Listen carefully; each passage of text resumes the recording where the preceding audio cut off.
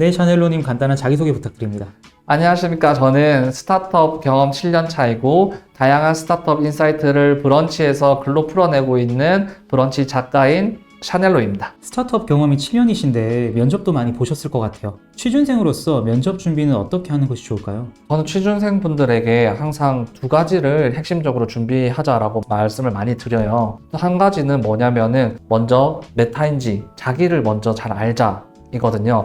정말 사소한 거인데도 많은 사람들이 놓치는 포인트가 내 자신을 잘 모르고 부탁대고 그냥 회사에 이력서를 지원하거나 면접을 보는 경우가 많아요. 그러다 보면은 자기에 대해서 물어보는 질문, 대표적으로 당신은 팔로우형입니까? 아니면 리더형입니까? 당신은 조직에서 어떠한 역할을 하셨습니까? 이렇게 썼을 때 흠칫하고 얘기를 못하는 경우가 많거든요.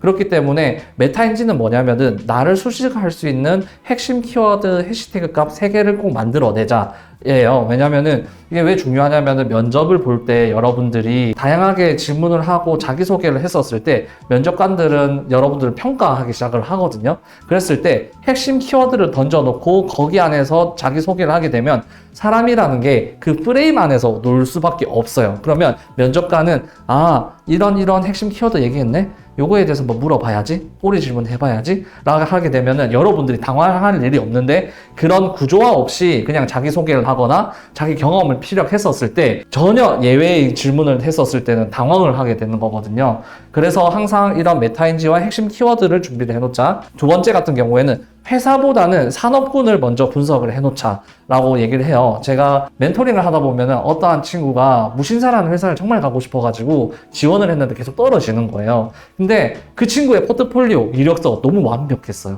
근데 계속 가다 보니까 최종 그 면접에서 떨어지는 걸 보면서 느꼈던 게 뭐냐면은 면접이라는 것이 99%의 노력과 1% 운이라는 게 있을 수도 있겠다. 우스갯소리로 면접관이 그날의 상태가 안 좋을 수도 있고, 그냥 그렇게 하면 안 되겠지만 면접 보는 사람의 이런 관상이 별로 안 좋아서 능력보다 그걸 더 우선시해서 떨어지고, 그렇게 되면 안 되지만은 그런 경우도 있기 때문에 그 친구가 그렇게 되면 허송세월해서 시간만 버리게 되는 거잖아요. 그렇기 때문에 그러지 말고 정말 커머스를 가고 싶으면 우리는 큰 숲을 볼 수 있게끔 시선을 고정을 해야 된다라고 해서, 커머스에서도 서비스로 보면은 무신사라는 특정한 서비스 하나로서 국한되지만 생태계를 보게 된다면은 커머스도 종류가 많잖아요. B2B 서비스, B2G 서비스, O2O 서비스, 중고 서비스, 명품 서비스 이렇게 있기 때문에 그런 관례로 해서 그 중에서 또 어떤 분야에서 내 관심도를 드릴다운해서 보는지에 대해서 좀 명확하게 시선을 달리하게 되면은 시간도 절약하게 되고 좀 합리적으로 빠르게 퀀텀 점프를 해서 원하는 회사로 갈 수 있는 프로세스가 구조화된다라고 항상 설명을 드려요. 그렇기 때문에 첫 번째, 두 번째 공통점은 뭐냐면은 말과 행동에 있어서 프로세스화를 해놓자. 구조화를 해놔야지 어떤 상황에서도 당황하지 않는다라는 이런 부분을 많이 강조하고 멘토링을 드릴 때도 있어요. 네, 이렇게 해시태그를 준비해서 면접을 구조화해서 참여하는 것이 중요하다고 말씀 주셨는데요. 스타트업은 규모별로 물어보는 면접 질문들이 다를까요? 네, 다를 수밖에 없습니다. 왜냐하면 조직 구성과 기업의 크기가 제각기 다르기 때문에, 그 생태계가 다르기 때문에 답변도 준비해야 되는 대처 자세도 다를 수밖에 없다고 볼 수 있습니다. 그러면 저희가 스타트업 규모별로 어떤 면접 질문들이 나오는지, 그리고 대처 방안은 어떻게 해야 되는지 좀 알아보도록 하겠습니다. 네. 먼저 초기 스타트업부터 알아볼게요. 초기 스타트업에서 많이 물어보는 우리 회사에 대해서 어떻게 알고 지원하셨나요? 라는 질문에 대해서는 답변을 어떻게 하는 것이 좋을까요? 여기에 질문에는 숨어있는 게 두 가지가 있거든요. 첫 번째 같은 경우에는 정말 호기심.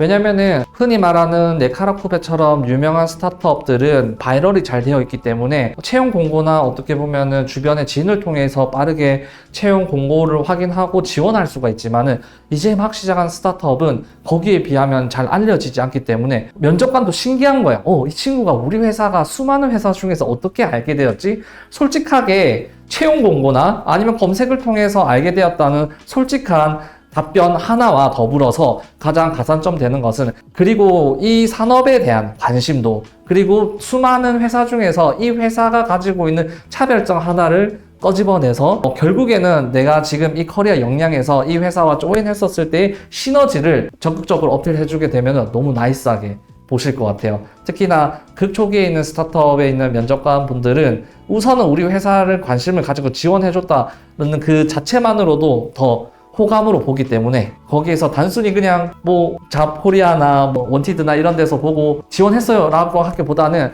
여러 갈래 끝에 찾았고 탐색하다 보니까는 지금 이 한 섹션에서 성장 가능성 그리고 핵심 기술과 핵심 인력들이 집약적으로 모여 있는 것을 보고 아 나도 빠르게 조금 핵심 인원으로 역량을 끼워서 서비스와 함께 성장을 하고 싶다라는 청사진을 같이 제안해주면 정말 좋습니다. 그리고 초기 스타트업에서는 이런 질문도 많이 물어보죠. 어려운 일 극복 사례. 아무래도 초기 스타트업에서는 어려운 일이 많기 때문에 그런 것 같다라는 느낌이 있는데 어려운 일 극복 사례에 대해서는 어떻게 답변하는 것이 좋을까요? 이거를 물어보는 의도 같은 경우에는 극초기나 초기 스타트업 같은 경우에는 계획했던 일들이 엎어지거나 어그러지는 일들이 정말 많거든요.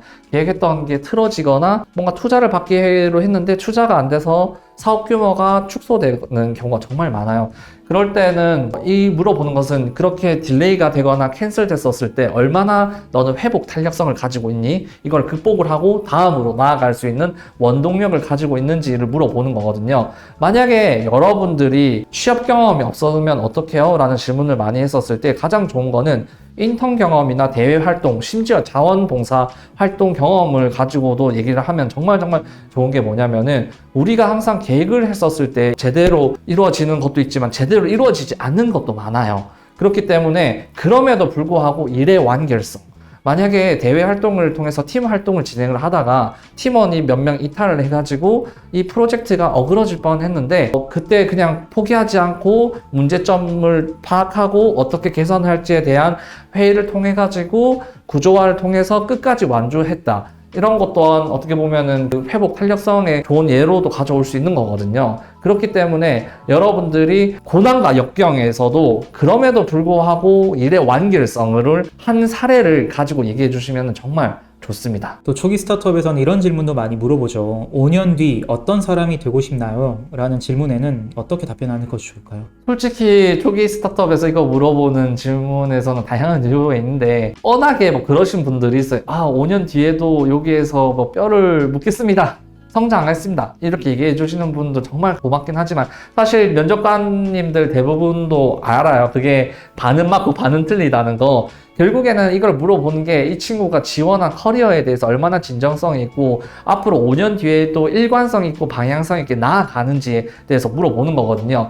거기서 사실 소위 이빠른 말로 이 회사에서 뼈를 묻겠습니다. 뭐 임원진으로 승진해야겠습니다. 라고 얘기도 좋지만은 저 같은 경우에는 솔직하게 얘기했어요. 면접 볼 때 5년 뒤면은 이쪽 회사보다 조금 더 큰 회사로 이직을 하면서 계속해서 이런 PM이나 PO 관련된 후배들에게 멘토링도 하고 좋은 영향력을 주는 선배로서 자리잡임할 것 같습니다 라고 얘기했고 저를 그 당시에 면접을 봤던 담당관이 너무 솔직한 거 아니냐. 근데 사실 제 성향상 거짓말을 못하는 성향이고 결과론적으로는 결국에는 5년 뒤에도 그 회사를 떠나온 상태이기 때문에 그 당시에 오히려 솔직하게 얘기해주고 방향성과 일관성이 있어서 좋다라고 해서 좋은 결과가 나왔던 적이 있었습니다. 자, 이제 초기 스타트업을 벗어나서 투자를 받은 스타트업으로 가볼게요. 투자를 받은 스타트업에서 많이 물어보는 질문이죠. 최근에 성과를 만든 경험에 대해서 설명해 보세요. 라는 질문에는 어떻게 답변하는 것이 좋을까요? 최근에 투자를 받은 스타트업에게는 큰 명제가 있습니다. 다음 넥스트 투자 라운드로 넘어가야 되고 우리의 투자 머니는 유한하다.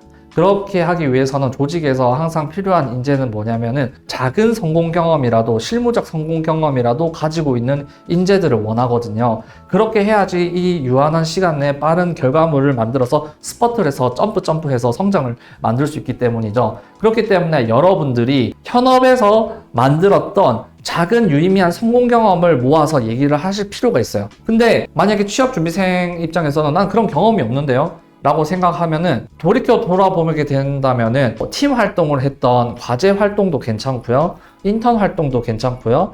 대외 활동도 괜찮아요. 반드시 꼭 팀에서 해야 되나요? 라고 했었을 때 꼭 그게 아니더라도 정말 불가능한 환경에서 이런 성과를 만들 수 있을까라는 드라마틱한 여러분들의 스토리가 다 있을 거예요. 그 부분을 좀 극명하게 극대화해가지고 이런 부분에서 다들 안 될 거라고 했는데 나는 성장 곡선을 그렸다든지 아니면은 우리가 이제 협업을 통해가지고 성공 경험을 계속 만들었고 누적했고 나 스스로가 이렇게 커리어 점프업을 했다는 사례를 어필해주게 되면은 투자받은 스타트업에서는 이 친구는 어떠한 환경에서도 빠르게 적응하고 성장하고 성과를 만들어내는 인재가 되고 핵심 인재가 될 수 있겠구나 라고 해서 여러분들에게 채용의 기회를 줄 수도 있다는 점을 좀 말씀드리고 싶어요. 또 투자를 받은 스타트업에서는 이런 질문도 많이 하죠. 우리 회사 말고 지원한 곳이 있나요? 라는 질문에는 어떻게 대답하는 것이 좋을까요? 많은 분들이 좀 실수하는 부분이 저는 이 회사 말고 지원한 곳이 없습니다 라고 얘기하는 경우가 많은데, 사실 면접관도 알아요. 이거 말고도 다른 데 지원했을 거라는 거를. 이 질문을 하는 것이 뭐냐면은 결국에는 이 지원자가 우리 회사뿐만 아니라 지원한 산업군에 대한 일관성과 확장성이 방향성이 같은지를 확인하기 위함이거든요. 내가 커머스를 정말 원하는데 어떤 데는 바이오, 핀테크 쪽을 하게 되면은 과연 이 사람의 진실성이 뭘까? 이 회사의 바운더리에 경쟁사를 지원해도 괜찮아요. 왜냐하면 오히려 그게 로열티가 될 수 있는 건데, 내가 커머스 회사에 지원을 한 상태에서 다른 데는 바이오 회사를 지원했다라고 하면은 이 친구는 어딜 가든 어떤 일을 맡기든 책임감 없고 방향성이 없을 수 있는 사람이 될 수 있겠다라는 걸 피력하는 걸 수도 있는 거거든요. 그렇기 때문에 이런 질문에는 과감하게 저는 이 회사 말고도 경쟁사 A, B, C를 했었습니다. 그리고 이 회사에서 떨어지면은 다른 그 경쟁사 회사에서 좋은 경험을 얻어서 좀 빠르게 성장해서 또 이 회사에 지원할 기회가 되면은 함께 하고 싶습니다 라고 해서 좀 얘기를 해주는 구조로 얘기한다면은 면접관 분들도 정말 좋아하실 거예요. 그래서 솔직하게 얘기해 주시는 게 좋습니다. 아무데도 지원을 안 했다 라고 한다는 거는 애시당초 면접관도 거짓말하네 이렇게 알고 있거든요. 투자를 받은 스타트업에서는 이력서를 보고 프로젝트 내용이 있으면은 이 프로젝트는 왜 진행했나요? 라는 질문을 많이 하는데, 이러한 질문에는 어떻게 대처하는 것이 좋을까요? 회사의 목적은 돈을 벌기 위한 목적 집단이거든요. 모든 일을 했었을 때 이 친구가 어떠한 구조화와 프로세스와 논리를 가지고 접근했는지를 많이 봐요.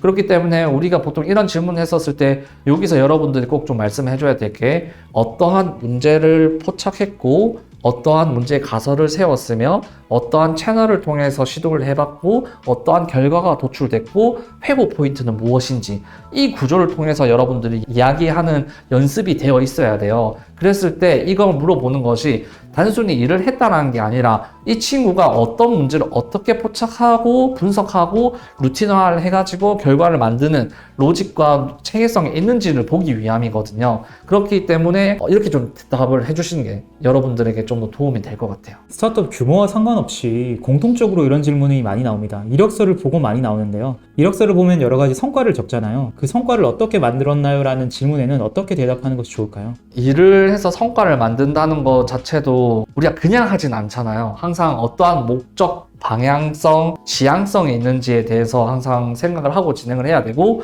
결국에는 회사에 내는 지원서나 이력서에서는 그 귀결점이 내가 모든 수익과 하려고 했던 거는 이 조직에 들어와서 수익, 왜냐면은 회사의 궁극적인 목적은 수익을 지속적으로 창출하는 핵심 인재들이 지속적으로 들어와 주는 거고, 그렇기 위해서 그런 작은 성공 경험이나 실패 경험들이 누적돼 가지고 수익을 만들 수 있는 경험을 만든다고 볼 수 있는 거거든요. 그렇기 때문에 그런 일을 하고 성과를 달성했었을 때 내가 이렇게 실패하고 도전하고 성공했던 것들은 일의 로직과 프로세스를 이끌므로써 수익화되는 조직에게 얼라이언 되었을 때 얼마나 더 임팩트 있게 만들 수 있는지에 대한 과정과 여정에 대해서 조금 더 말씀해주고, 합류했었을 때 확장성을 좀 더 어필해주면은 더 좋죠. 그렇기 때문에 회사에서 만약에 이렇게 질문을 한다는 것은 결국에는 귀결점을 수익성과 함께 맞물려서 이야기 구조를 끝맺음 해주시면 정말 나이스하다고 저는 말씀드리고 싶어요. 그리고 실제로 제가 멘토링이나 코칭을 할 때도 회사의 언어를 이해할 수 있어야 된다라고 제가 항상 말씀드리거든요. 회사는 세 가지를 항상 많이 물어보는 것 같아요. 그거 왜 해? 어떻게 해? 그거 해서 우리한테 뭐를 가져다 줄 수 있어? 영어로 하면은 what, why, how를 많이 물어봐요. 실제로도 현업에서 일하게 되면 상사가 이거 왜 하는 것 같아? 이게 이렇게 함으로써 우리한테 뭘 가져다 주는 것 같아? 어떻게 해야 될 것 같아? 그래서 우리가 항상 떨어지고 이력서나 면접에서 떨어지는 게 회사의 언어를 잘 이해를 못해서 떨어진다라고 저는 봐요. 그렇기 때문에 이 세 가지도 정말 중요하다고 저는 생각을 해요. 회사의 언어를 이해하는 것도.